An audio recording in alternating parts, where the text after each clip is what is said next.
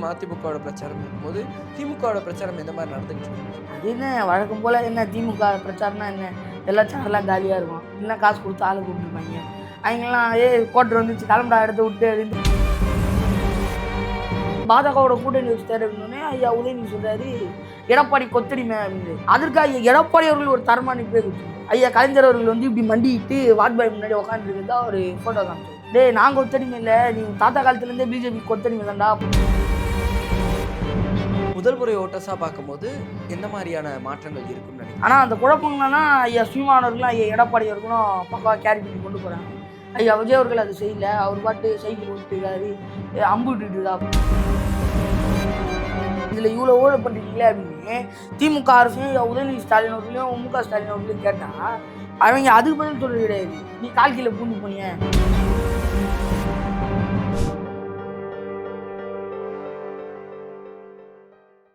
வணக்கம். இன்னைக்கு நம்ம கூட ஸ்டாலின் பாரதி அவர்கள் இருக்காங்க. அவர்கிட்ட தான் பேச போகிறோம். வாங்க பேசலாம். வணக்கம். வணக்கம்ண்ணா. கிட்டத்தட்ட தேர்தல் நெருங்கிருச்சு. பிரச்சாரங்கள்லாம் சூடு பிடிக்க தொடங்கி எல்லா பக்கமும் வந்து போய்கிட்டு இருக்கு. முதல்ல தேர்தல் காலத்தை எப்படி பார்க்குறீங்க? நல்லா அது என்ன தேர்தல்கள்லாம் வழக்கம் போல் சிறப்பாக போயிட்டுருக்கு. மக்கள் வந்து இன்னும் சொல்ல முடியாது. மக்கள் ஓரளவுக்கு சரியாக முடிவு வச்சுருக்காங்க. நம்ம இவருக்கு தான் வாக்களிக்கணும் அப்படின்ட்டு. குறிப்பிட்ட சில கட்சிகளுக்கான வாக்காளர் இருப்பாங்க இல்லையா? இப்போ நான் இப்போ தாவிக்கால இருக்காங்கன்னா நான் விஜய் நான் ஃபேன், விஜய்க்கு மட்டும்தான் ஓட்டு போனேன் மைண்ட் செட்டில் இருப்பாங்க. அவங்க வந்து முடிவு பண்ணிட்டாங்க நான் டிவிக்கே. நாம் தமிழருக்கு ஐயா சீமான் ஃபேன்ஸ் இருப்பாங்க. அவங்க முடிவு பண்ணிட்டாங்க நான் சீமான் தான். இப்போ ஐயா எடப்பாடி அவர்களுக்கு தனிப்பட்ட ஃபேன்ஸ் இருப்பாங்க, அதிமுக அப்படின்னு இருப்பாங்க. அவங்கள முடிவு பண்ணிட்டாங்க அதிமுக தான் அப்படின்ட்டு. இப்போ இந்த திமுக வாக்கு தான் எப்படி அப்படின்றது பெரிய கேள்விக்குரியாது. இருக்கிறாங்க திமுகவில் இதே போல் திமுக தான் போடுவேன் அப்படின்ற வாக்காளர்களும் இருக்கிறாங்க. இந்த மீடியமாக சில பேர் இருக்காங்க இல்லையா, நாங்கள் யார் விரும்புகிறவங்க மாற்றி மாற்றி போடுவாங்க அப்படின்ட்டு அவங்களாம் ஒரு கட்டத்தில் இவங்களுக்கு தான் போடணும் அப்படின்னு முடிவில் இருக்கிறாங்க. இன்னும் சில பேர் நான் துட்டு வாங்கி தான் ஓட்டு தான், துட்டு வாங்கினா மட்டும்தான் ஓட்டே போடுவேன், எப்போ துட்டு தராங்களோ அப்போ ஓட்டு போட்டுக்கலாம் அப்படின்னு வெயிட் பண்ணுறாங்க. இப்போ இப்படி தான் களம் வந்து போயிட்டுருக்கு. பார்ப்போம் போக போக என்ன. பிரச்சார காலத்தில் ஆரம்பத்தில் வந்து தான் செய்ய போகிற விஷயங்களையும் இந்த ஆட்சியில் நடந்த அவலங்களையும் மட்டும் வச்சு பேசிகிட்டு இருந்த எடப்பாடி அவர்கள் வந்து சடனாக அந்த சைட்லேருந்து நிறைய ரிப்ளை இதுவாக வரவும், நிறைய பேர் வந்து ஏதோ ஒரு மாதிரி சொல்லவும் வந்து இபிஎஸ் அவர்களும் கொதிச்செழுந்து பல இடங்களில் வேகமான பிரச்சாரங்களை பார்த்தோம். இவன் வந்து பல இடங்களில் வந்து என்ன சொல்கிறது ஃபியர்லெஸ்ஸாக நிறைய விஷயங்களை பேசுகிறதையும் பார்த்தோம். இது எப்படி பார்க்க? அது ஒரு சிறப்பான இடம். ஏன்னா திமுகலேருந்து தொடர்ச்சியாக எடப்பாடி இந்த டார்க் காமெடி சொல்லுவாங்க தெரியுமா, இந்த அந்த மாதிரி தொடர்ச்சியாக வந்து கலாய்ச்சி இருந்தது. இந்த அவர் வந்து ஏதோ தாழ்ந்து போயிட்டாரு சொல்லிட்டு சும்மா அந்த எதை சொன்னாலும் இதை பற்றி கேள்வி கேட்டால் நீங்கள் இந்த திட்டத்தை உருவாக்கியிருக்கீங்களே, இந்த திட்டத்தோட செயல் திட்டம் என்ன, எதை நோக்கி இந்த திட்டத்தை உருவாக்குறீங்க, எதை நோக்கி இந்த திட்டத்தை பண்ணுறீங்க, இதனால் என்ன லாபம், நீங்கள் இதில் இவ்வளோ ஊழல் பண்ணுறீங்களே அப்படின்னு திமுக அரசையும் உதயநிதி ஸ்டாலின் அவர்களையும் முக ஸ்டாலின் அவர்களையும் கேட்டால் அவங்க அதுக்கு பதில் சொல்கிறது கிடையாது. நீ கால்கீழ பூந்து போனிய அப்படின்னே திரும்பி சொல்லிட்டு இருக்காங்க. அப்போ ஐயா எடப்பாடி அவர்கள் சொல்கிறாரு, என்னுடைய 54 வருஷம் அரசியல் பயணத்தில் நான் அப்படி பேசினதே கிடையாது, என்னை இப்படி இந்த திமுக அரசு இவரை கேவலமாக பேச வச்சிருச்சு அப்படின்ட்டு ஐயா எடப்பாடி பழனிசாமி அவர்களே 54 வருஷம் பேசாத மனுஷன் இப்போ பேசுறாரு அப்படின்னா இந்த பக்கம் வந்து எவ்வளோ இன்சல்ட் கொடுத்துருப்பாங்க அப்படின்னு பாருங்க. அவர் எப்படி பேசுவார் அப்படின்னு நமக்கே தெரியும். அவர் போட்டு அடி நடிக்கிறாரு அப்படின்னா அப்போ இவங்க ஏதோ உள்நோக்கத்தோட பண்ணுறாங்க, அதை உடைச்செறியணும் அப்படின்னு தானே ஐயா எடப்பாடி பண்ணுறாரு. ஏன்னா உதாரணத்துக்கு பாஜகவோட கூட்டணி வச்சுட்டாரு அப்படின்னே ஐயா உதயநிதி சொல்கிறாரு எடப்பாடி கொத்தடிமை அப்படிங்கிறது. உங்கள் வயசோட உங்கள் அப்பா வயசுடைய ஒரு ஆள் ஐயா எடப்பாடி அவர்கள். உதயநிதி ஸ்டாலின் அவர்களுடைய அப்பா முக ஸ்டாலின் அவர்களுடைய ஒத்த வயதுடையவர் தான் எடப்பாடி பழனிசாமி அவர்கள். அவர் வந்து நீ மரியாதை இல்லாமல் கொத்தடிமை அப்படின்னா அது எந்த வகை நியாயமாகும்? அதற்கு ஐயா எடப்பாடி அவர்கள் ஒரு தரமான பேர் கொடுத்துருந்தாரு. ஐயா கலைஞர் அவர்கள் வந்து இப்படி மண்டிட்டு வாஜ்பாய் முன்னாடி உட்காந்துருக்கிறதா ஒரு ஃபோட்டோ காமிச்சார். எதுவுமே பேசல, ஃபோட்டோ மட்டும் காமிச்சு அவர் பாட்டு பேசிகிட்டு இருந்தாப்புல. அப்போ என்ன அர்த்தம்? டேய் நான் கொத்தடிமை இல்லை, நீ தாத்தா காலத்துலேருந்தே பிஜேபி கொத்தடிமை தான்டா, போட வேறு வேலையை படுறா அப்படின்னு ஐயா உதயநிதி அவர்களை கலாய்ச்சது. இன்னொன்று பேசும்போது நீ எனக்கு பால்டாயில் குச்சலை, பால்டாயில் குச்சிட்டா நீ செத்து போக வேண்டிய ஆள், ஏதோ சாவாமல் திரும்பி வந்துட்டேன், உன்னெல்லாம் தலையை கட்டி அழுவுன்றது அப்படின்னு ஐயா எடப்பாடி வந்து மறைமுகமாக திட்டிருந்தார். அப்போ இவங்க எவ்வளோ வஞ்சகமாக நயவஞ்சகமாக பேசுகிறாங்க, ஐயா எடப்பாடி அவர்கள் அதை எவ்வளோ கேர்ஃபுல்லாக ஹேண்டில் பண்ணுறாரு அப்படின்றத நம்ம புரிஞ்சுக்கணும். ஓகே. ஆனால் இப்போது தொடர்ந்து அவர் பேச வந்து அவரே ஒரு ஸ்டார் ஸ்பீக்கராக மாறிட்டார். ஸ்டார்ஸ் வச்சு பேசுறதுங்கிறது முன்னாடி ஒரு வழக்கமாக இருந்தது. இப்போ அவரே ஸ்டாராக மாறி பேச ஆரம்பிச்சிட்டாரு. ஒரு லீடருடைய ஒரு பண்பு தான் நீங்கள் சொல்கிறது. ஸ்டார் ஸ்பீக்கர்லாம் யாருமே வச்சுக்கல, அவரே பேசி ஸ்டாராக மாறிட்டாப்லன்னு. அது வந்து ஒரு இயல்பான விடை. கட்சியில் இறங்கி நின்று மக்கள் கூட பேச ஆரம்பிச்சிருக்கிறாரு, அவ்வளோ பெரிய தலைவர் அப்படிங்கிற போதே அது ஒரு பெரிய விடயம் தான். அதற்கு ஐயா எடப்பாடி அவர்களுடைய ஐயா எடப்பாடி பழனிசாமிக்கு என்னுடைய வாழ்த்துக்கள். உதாரணத்துக்கு சொன்னோம் அப்படின்னா திண்டிவன ராமமூர்த்தின்னு ஒரு ஆள் இருந்தார். அவர் காங்கிரஸினுடைய தலைவராக இருந்தார்.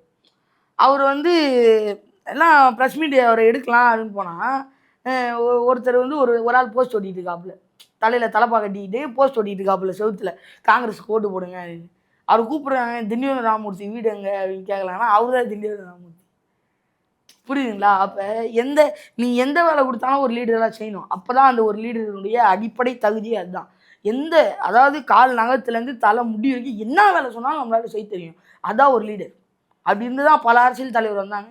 இதற்கு ஐயா எடப்பாடி அவர்களும் ஒரு உதாரணம். ஏன்னா ஐயா எடப்பாடி பழனிசாமி அவர்கள் ஒரு சாதாரண கிளை செயலாளர்லேருந்து பொதுச் செயலாளருக்கு வந்திருக்கிறாரு அப்படின்னா அது ஒரு லீடருக்கான பண்பு. ஓகே. ஒரு பக்கம் அதிமுகவோட பிரச்சாரம் இருக்கும்போது திமுகவோட பிரச்சாரம் எந்த மாதிரி நடந்துகிட்டு இருக்குன்னு நினைக்கிறீங்க? அது என்ன வழக்கம் போல் என்ன திமுக பிரச்சாரம்னா என்ன, எல்லா சேர்லாம் காலியாக இருக்கும், இல்லை காசு கொடுத்து ஆளை கூப்பிட்டுருப்பாங்க.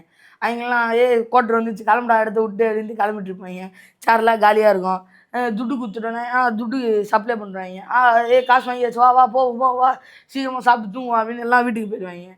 ஐயா ஸ்டாலின் பாட்டு நின்று உட்காந்து பேசிகிட்டு இருப்பார், இல்லை ஐயா உதயநிதி பாட்டு உட்காந்து பேசிகிட்டு இருப்பார். இதுதான் திமுகவில் வழக்கமான பிரச்சாரம். சிறப்பாக போகுது அது.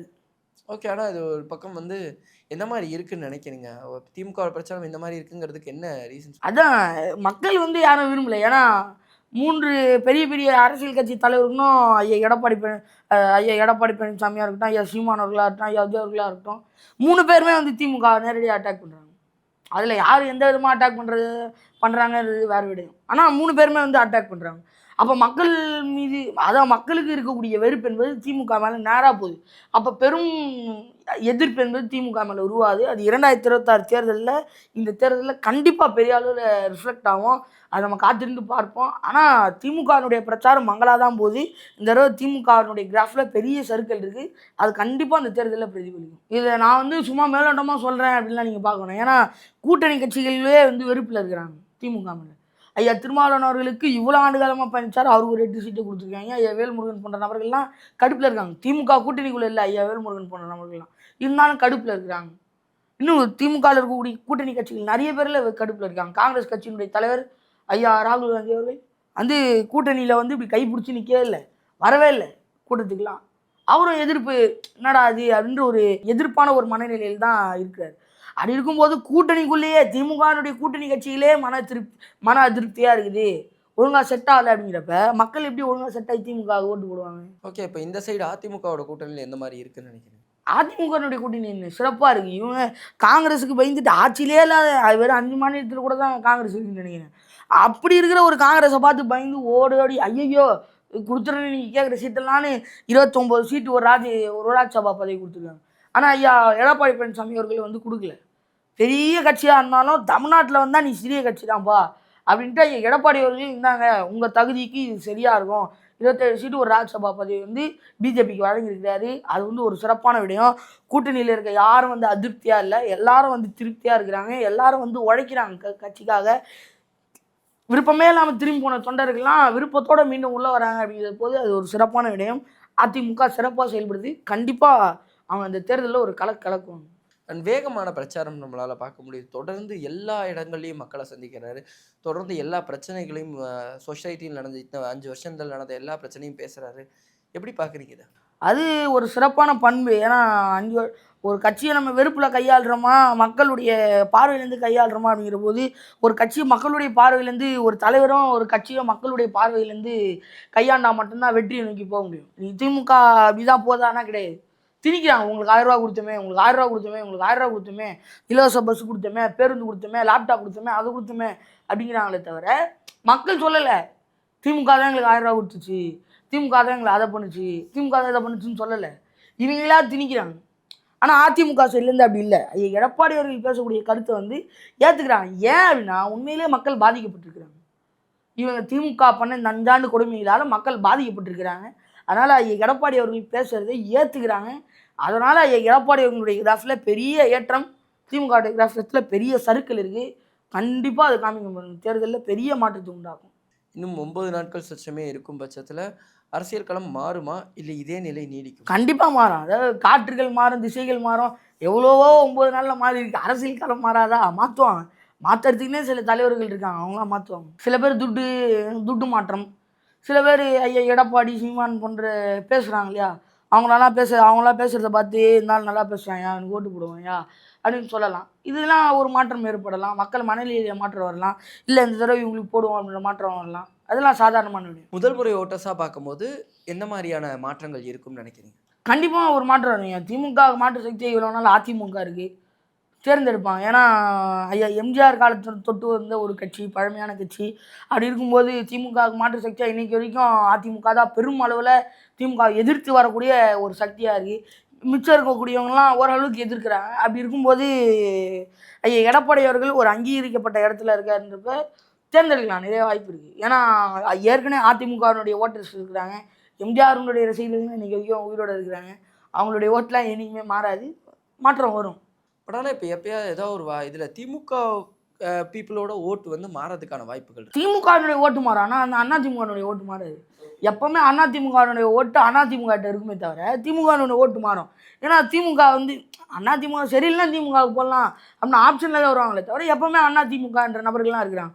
போன வருடம் ஐயா எடப்பாடி அவர்கள் ஓரளவுக்கு ஏதோ பிசுங்கின காரணத்தினால திமுக தேர்ந்தெடுக்கலாம் அப்படின்னு தேர்ந்தெடுத்தாங்க. இந்த தடவை திமுக போட்டு சொதப்பி வச்சிருக்கு. அதனால் கண்டிப்பாக அதிமுக தேர்ந்தெடுக்கலாம் என்ற வகையில் ஐயா எடப்பாடி பழனிசாமி அவர்கள் இருக்காரு. அந்த வகையில் கண்டிப்பாக வெற்றி பெறுவாங்க. ஓகே, நிறைய விஷயங்கள் பேசணும். ரொம்ப நன்றி.